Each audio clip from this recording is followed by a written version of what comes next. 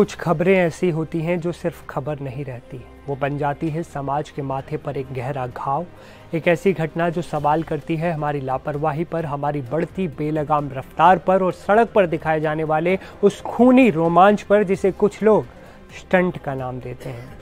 अब आज एक ऐसे पिकनिक स्पॉट की बात कर रहे हैं जहां कभी हंसी ठहाके बिखरते थे, लेकिन अब वहां खून के धब्बे, टूटे सपने और मौत का सन्नाटा पसरा है। एक लड़की जिसकी आंखों में भविष्य के अनगिनत सपने थे, दूसरी लड़की जो आज जिंदगी और मौत से संघर्ष कर रही है, और कारण 100 किलोमीटर प्रति घंटे से ज़्यादा की रफ्तार पर किया गया एक जघन्य स्टंट बाइक से।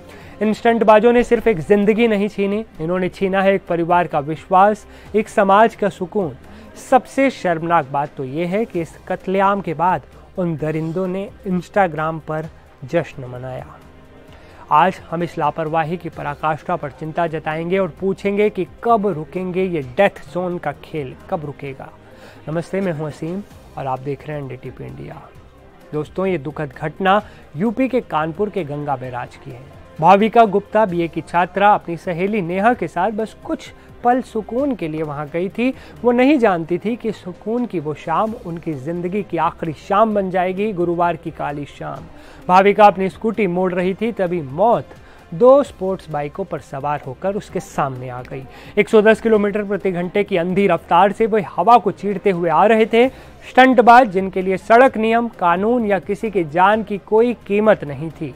टक्कर इतनी भयानक थी कि स्कूटी के टुकड़े टुकड़े हो गए। भाविका का शरीर लगभग 50 मीटर तक सड़क पर घिसटता चला गया। सड़क खून से लाल हो गई, उसके जबड़े टूट गए और दांत बिखर गए। जब तक राहगीरों ने उसे लहूलुहान हालत में अस्पताल पहुंचाया, बहुत देर हो चुकी थी। डॉक्टरों ने भाविका को मृत घोषित कर दिया।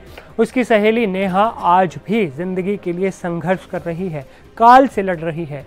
आसपास के लोगों ने ही बताया कि बाइक की रफ्तार 100 किलोमीटर प्रति घंटे से भी ज़्यादा थी।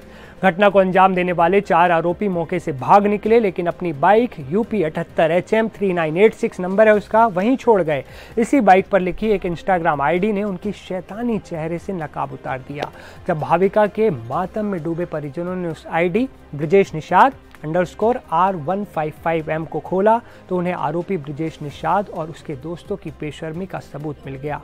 उनके दोस्तों ने कमेंट किया, एक्सीडेंट हुआ है, लड़कियों को तो मार दिया तुमने, और जवाब में पुष्टि भी की गई, यही ब्रजेश निषाद ने उड़ाया है अपनी बाइक से। सोचिए, एक जघन्य अपराध करने के बाद ये दरिंदे इंस्टाग्राम पर चैटिंग कर रहे थे। ये किस तरह की मानसिकता है। भाविका के चचेरे भाई अंकित गुप्ता ने दर्द भरी आवाज में कहा कि स्टंटबाजी के चलते मेरी बहन की जान चली गई। घटना ये सर गंगा बैराज के पास हुई है, चौकी के पास, जिसमें दो बाइक सवार थे।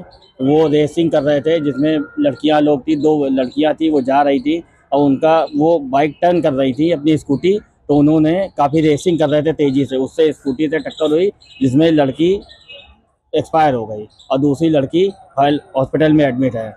एक बाइक वाले के लड़के की बाइक मिल गई है, दूसरी बाइक वहाँ से वो लोग चले गए, फरार हो गए। रेसिंग कर रहे थे। क्या स्पीड रही होगी पता चला? लगभग 100 प्लस थी। हाँ, उनकी इंस्टाग्राम आईडी लिखी, उसमें निकाला गया, तो उसमें कमेंट्स भी पड़े हुए हैं, पोस्ट पे कमेंट पड़े हुए हैं। 2 लड़कियों को तुमने मार दिया है और वो जिंदा हो कि नहीं हो, और जो लड़कियां जिनको मार रहा है वो एक जिंदा है, एक मर गई है, और वहाँ से तुम लोग बचे हो कि नहीं। वहीं एसीपी अमित चौरसिया ने बताया कि आरोपी की बाइक बरामद कर ली गई है और आरोपी ब्रजेश निषाद के खिलाफ मामला भी दर्ज कर लिया गया है। उसकी तलाश जारी है, लेकिन सवाल है कब दबोचा जाएगा वो शख्स।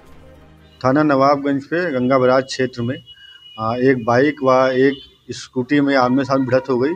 इसमें बाइक सवार पे 2 लड़कियां थी, जिनकी टक्कर की वजह से काफ़ी गंभीर चोटें आई थी, जिनको अस्पताल में भर्ती कराया गया था।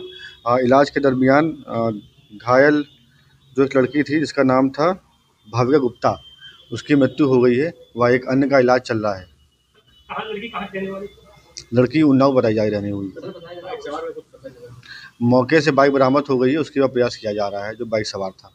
एक सवाल और भी है कि सवाल सिर्फ गिरफ्तारी का नहीं है, सवाल है लापरवाही का, समाज की जिम्मेदारी का। गंगा बैराज जैसे सार्वजनिक स्थान जहां परिवार सुकून के लिए जाते हैं, वो क्यों डेथ जोन बनते जा रहे हैं?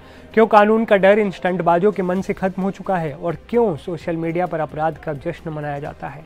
भाविका की मौत सिर्फ एक हादसा नहीं है, ये हम सब के लिए एक चेतावनी है, ये एक संदेश है। रफ्तार का रोमांच किसी की जिंदगी से बढ़कर नहीं हो सकता। आज हम सब मिलकर ये प्रण लें कि हम ऐसी लापरवाही और बेलगाम रफ्तार को बर्दाश्त नहीं करेंगे। पुलिस को सख्त कार्रवाई करनी होगी और हमें अपने बच्चों को समझाना होगा कि सड़क रेसिंग ट्रैक नहीं है, बल्कि जिम्मेदारी का एक रास्ता है। भाविका को तभी सच्ची श्रद्धांजलि मिलेगी जब सड़कें सुरक्षित होंगी, जब आप और हम अपनी जिम्मेदारी ठीक से निभाएंगे।